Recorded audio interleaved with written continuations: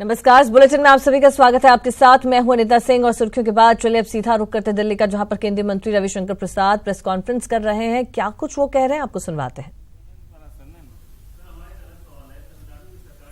रुकिए हाँ।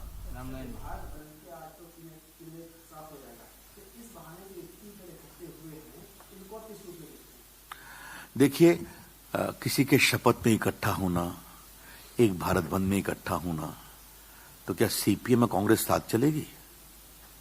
और क्या जो कुछ आईसा टाइप के जो पार्टियां हैं वो कांग्रेस के साथ चलेंगी? इस पर मुझे क्या टिप्पणी करनी है? हाँ।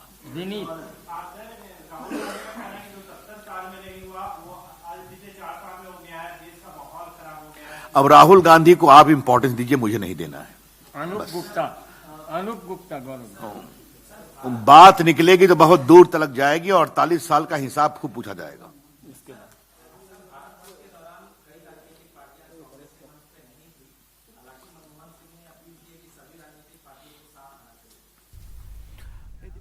तो यहाँ पर आप सुन रहे थे केंद्रीय मंत्री रविशंकर प्रसाद और विपक्ष के बंद पर यहाँ उन्होंने सवाल उठाया है। चलिए अब बात करेंगे भारत बंद की।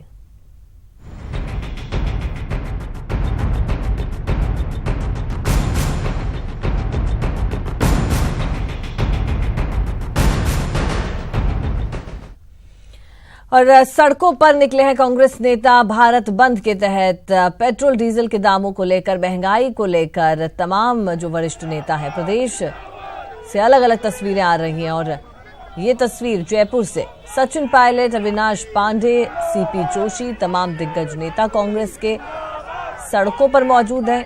बड़ी संख्या में कार्यकर्ता उनके साथ हैं, कई दूसरे राजनीतिक दल उनके साथ हैं। महंगाई के इस मुद्दे को लेकर भारत बंद रखा गया है। और चलिए हमारे साथ हमारे संवाददाता दीपक व्यास जुड़ चुके हैं। जी दीपक, कितना सफल कांग्रेस इस बंद को बता रही है? किस तरह का असर, किस तरह की तस्वीरें निकल कर आ रही है बंद के बाद? महंगाई को लेकर विरोध जताया जा रहा है, विपक्ष जो है वो सड़कों पर है।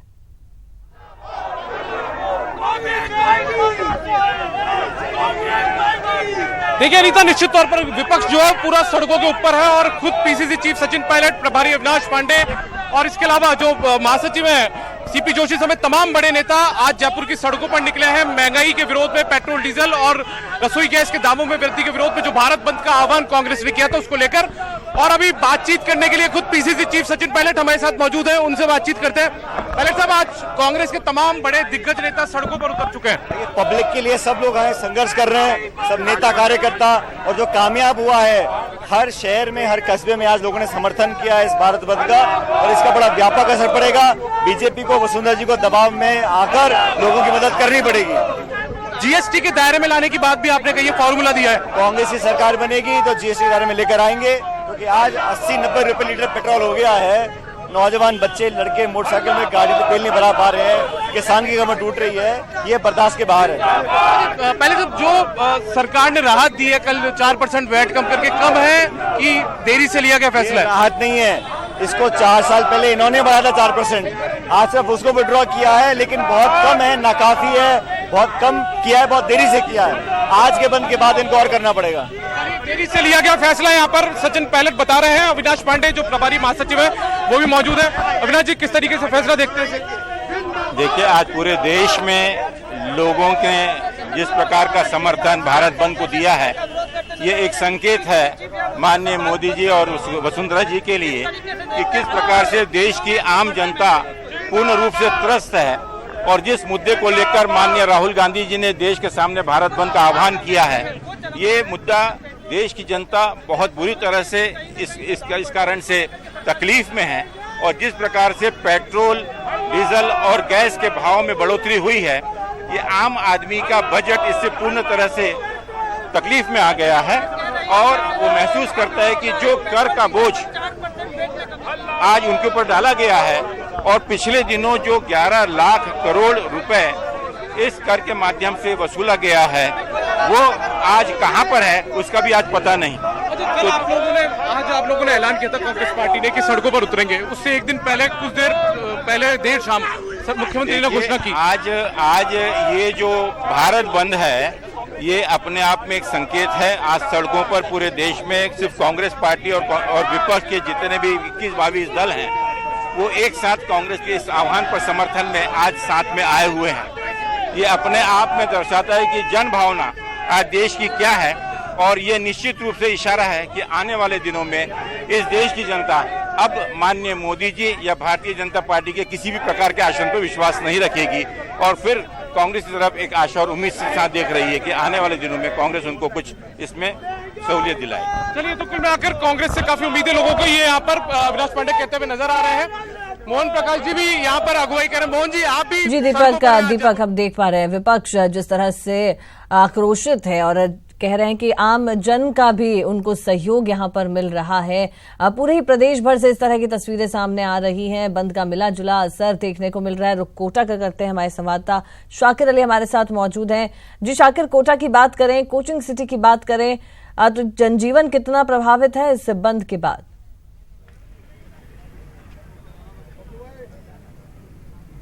जी बिल्कुल, बंद का असर पूरी तरह से देखने को मिल रहा है। कोटा के जो निजी स्कूल है, 1150 से जो निजी स्कूल, 50 से ज्यादा जो निजी स्कूल है, वो पूरी तरह से बंद है। मंडी बंद है। इसके अलावा पेट्रोल पंप ने भी 3 घंटे के बंद का आह्वान किया है, और कांग्रेस के जो प्रभारी हैं जिलों के, वो अपने अपने जिलों में पहुंचे हैं और बंद का जो आंदोलन है उसमें पूरी तरह से बढ़ चढ़ कर भाग ले रहे हैं। मेरे साथ बात करने के लिए इस वक्त मौजूद है सुशील शर्मा जी। किस तरह देख रहे हैं आप इस बंद को, क्योंकि अब आधा दिन हो गया है? देखिए, बंद पूरे देश में सफल रहा है और कोटा में विशेष तौर से सफल रहा है। यहाँ के चाहे धारीवाल जी हों, क्रांति तिवारी जी हों, चाहे इजराज सिंह जी हों, चाहे हमारे त्यागी जी जिलाध्यक्ष हों और पंकज मेहता जी हों, सभी कार्यकर्ताओं ने मिलके और सहयोग जनता का मिला है। यहाँ में घूम के मैंने देखा है, कोटा जिले में छोटी छोटी जगह बंद है, पूरे बाजार बंद है और भारत की जनता परेशान है, इस बात का सबूत है। और जनता ने प्रेम से समर्थन किया है, व्यापारियों ने प्रेम से समर्थन किया है, क्योंकि तेल के भाव जो बढ़े हैं, गैस के भाव बढ़े हैं, डीजल पेट्रोल के भाव बढ़े हैं, पूरे आग लगी पड़ी है, जनता की जेब कट रही है। भारत सरकार ने देश की जनता के ऊपर ढाका डाल रखा है। 25 रुपए के एक्साइज ड्यूटी के 3 बार बढ़ा दिए हैं दाम, 4 बार भारत सरकार ने बढ़ाए। हम मांग करते हैं कि भारत सरकार जो एक्साइज ड्यूटी जनता पे लाती है वापस ले, और तेल 50 रुपए से ज्यादा महंगा नहीं मिलना चाहिए, और उसमें आप जो है जीएसटी में इसको डालें, जनता को राहत दें। 400 का सिलेंडर 800 का हो रहा है, 50-55 रुपए में तेल मिलता है, वो 70-75, 80-85 तक पहुंच गया है। जो स्थिति बनी है, देश की जनता परेशान है और पूरे भारत में, पूरे राजस्थान में गांव तक आज बंद है। जनता का समर्थन है और बंद सफल है। कांग्रेस जो अनीता, बंद को सपोर्ट मिल रहा है, लेकिन कोटा की अगर बात करें तो 1 महीने में तीसरी बार बंद है। कई सारे जो है व्यापारियों को भी खामियाजा इसका उठाना पड़ा है। पहले बिजली कंपनी के विरोध में बंद हुआ और अब 2 बार जो है, इससे पहले SC/ST कानून के विरोध में बंद कराया गया और आज कांग्रेस का बंद है। कहीं ना कहीं जनता को भी परेशानी है। निश्चित तौर पे 10 तारीख से आज 10 तारीख तक ये तीसरी बार बंद है, लेकिन उसके बावजूद भी, क्योंकि चूंकि कांग्रेस पार्टी हिंसा में बिल्कुल विश्वास नहीं करती है, आक्रोश बिल्कुल नहीं दिखाती है, सब लोगों ने सभी प्रभारी वगैरह सब लोगों ने मिलकर यहाँ आपसी सामंजस्य किया, व्यापारियों को समझाया, व्यापारियों सबको मालूम है कि शाकिर, कोटा में भी पूरी तरह से इसका असर देखने को मिल रहा है। और हालांकि ये तीसरा बंद है कोटा में इस महीने की अगर बात की जाए तो, और भारी नुकसान भी यहाँ पर व्यापार और अर्थव्यवस्था पर देखने को मिल रहा है। अजमेर में क्या कुछ चल रहा है? दीपक हमारे साथ जुड़ चुके हैं अजमेर से, उनका हम रुख करते हैं। जी दीपक, हालांकि कल मुख्यमंत्री ने यह अनाउंसमेंट की कि यहाँ 4% वैट कम कर दिया गया है, फिर भी भारत बंद कितना सफल? अजमेर में किस तरह का माहौल, क्या कुछ तस्वीरें निकल कर आ रही हैं?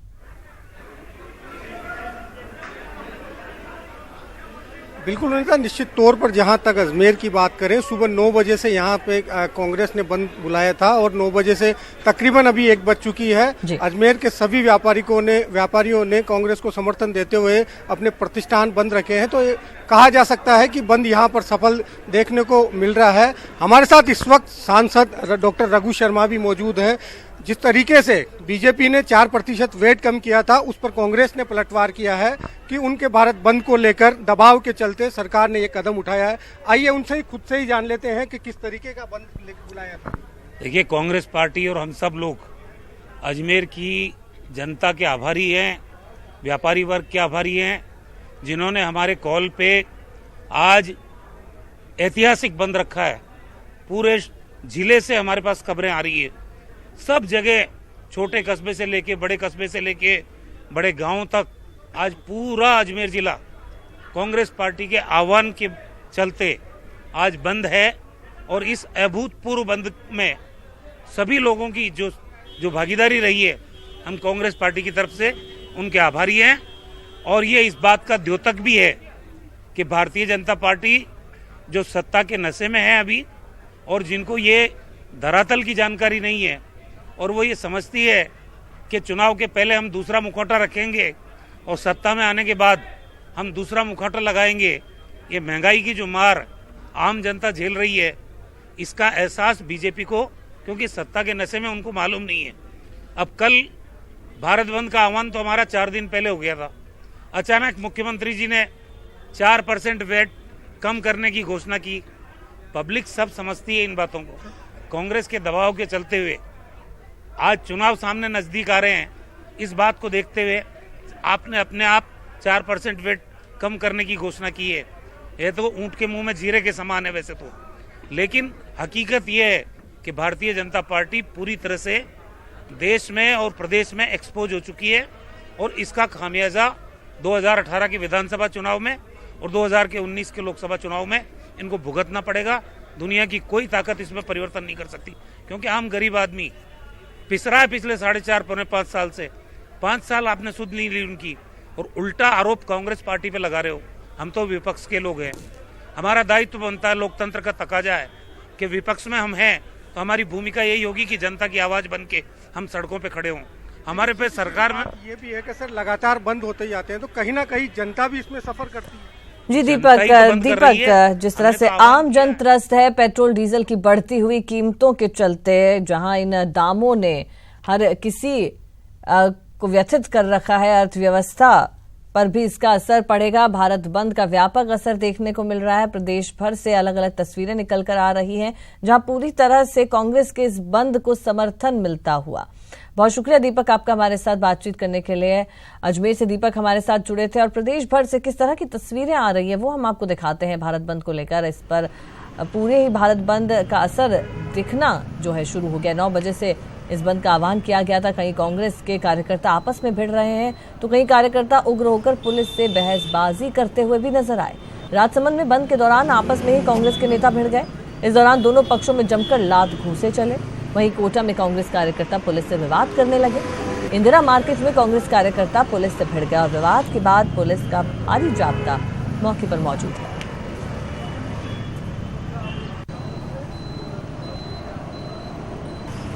और टीवी स्क्रीन पर आप बंद की 6 तस्वीरें देख पा रहे हैं। डूंगरपुर, प्रतापगढ़, भीलवाड़ा, जयपुर, अजमेर, अलवर से तस्वीरें हैं जहां बंद का व्यापक असर देखने को मिला। बड़ी संख्या में कार्यकर्ता सड़कों पर निकले। हालांकि कोई जोर जबरदस्ती यहां नहीं की गई, ये बात कांग्रेस द्वारा कही गई।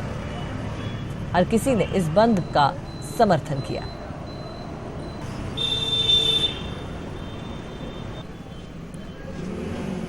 और अब आपको तस्वीरें हम दिखा रहे हैं भारत बंद के चलते जयपुर, अजमेर और अलवर की, जहां बंद का असर नजर आया।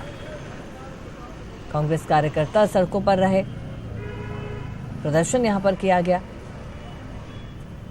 बढ़ती महंगाई और पेट्रोल डीजल के दामों में बढ़ोतरी के मद्देनजर आज भारत बंद बुलाया गया और जोधपुर, उदयपुर और कोटा की तस्वीरें हैं जहां बंद का व्यापक असर देखने को मिला। ये कुछ और तस्वीरें दौसा, बीकानेर और शाहपुरा से है जहां भारत बंद के मद्देनजर विरोध प्रदर्शन किया गया। कार्यकर्ताओं ने सड़क पर मार्च निकाला और व्यापारियों ने भी अपने प्रतिष्ठान बंद कर इस बंद का समर्थन किया। बाड़मेर, भरतपुर और सरदार शहर में भी बंद का असर। हालांकि यहां आम जनजीवन बुरी तरह से प्रभावित हुआ, लोग परेशान हो रहे हैं क्योंकि जो आम दिनों के मद्देनजर जो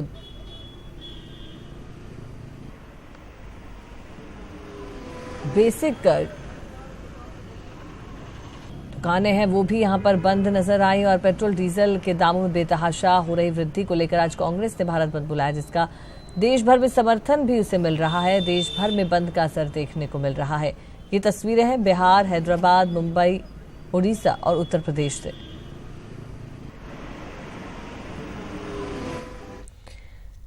तो भारत बंद के दौरान राजस्थान में कानून व्यवस्था ना बिगड़े, इसको लेकर पूरे प्रदेश पर सेंट्रल अभय कमांड सेंटर से नजर रखी जा रही है। पुलिस मुख्यालय में बैठे अधिकारी सीसीटीवी कैमरों के मदद से पूरे प्रदेश पर नजर बनाए हुए हैं। पुलिस मुख्यालय में बने सेंट्रल अभय कमांड सेंटर से व्यवस्थाओं का जायजा लिया हमारे संवाददाता राकेश गुसाई ने। कांग्रेस की ओर से आज भारत बंद का ऐलान किया गया है। इसके तहत पूरे प्रदेश के अंदर कानून व्यवस्था बनी रहे, इसको लेकर सेंट्रल अभय कमांड यानी कि पुलिस मुख्यालय में बने हुए इस कमांड सेंटर से नज़र रखी जा रही है। मैं इस वक्त मौजूद हूं सेंट्रल अभय कमांड के अंदर, जहां पर आप देख सकते हैं कि यहां पर शहर के हर कोने पर सीसीटीवी कैमरों के मार्फत से नज़र रखी जा रही है। न केवल जयपुर शहर अपितु सभी संभाग और जिला स्तर के ऊपर बने हुए सभी अभय कमांड सेंटरों से यहाँ पर फीड आ रही है और फीड आने के बाद में यहाँ पर प्रयास किया जा रहा है कि जहाँ पर भी सीसीटीवी कैमरा के मार्फत से जो फुटेज आ रही है और वहाँ पर कहीं पर भी लॉ एंड ऑर्डर या कानून व्यवस्था बिगड़ती हुई नजर आ रही है तो तत्काल प्रभाव से संभाग स्तर के ऊपर या जिला मुख्यालय स्तर पर अधिकारियों को सूचित कर दिया जा रहा है, जिससे कि किसी प्रकार से कोई अप्रिय घटना बंद के दौरान ना हो। कमोबेश यही हालात अभय कमांड सेंटर के अंदर हर जगह पर बने हुए हैं। हर अभय कमांड सेंटर के ऊपर जाब्ता लगाया गया है कि वो बेहतर तरीके से ब्रीफ कर सकें कि किसी भी प्रकार से शहर के अंदर कोई भी अप्रिय घटना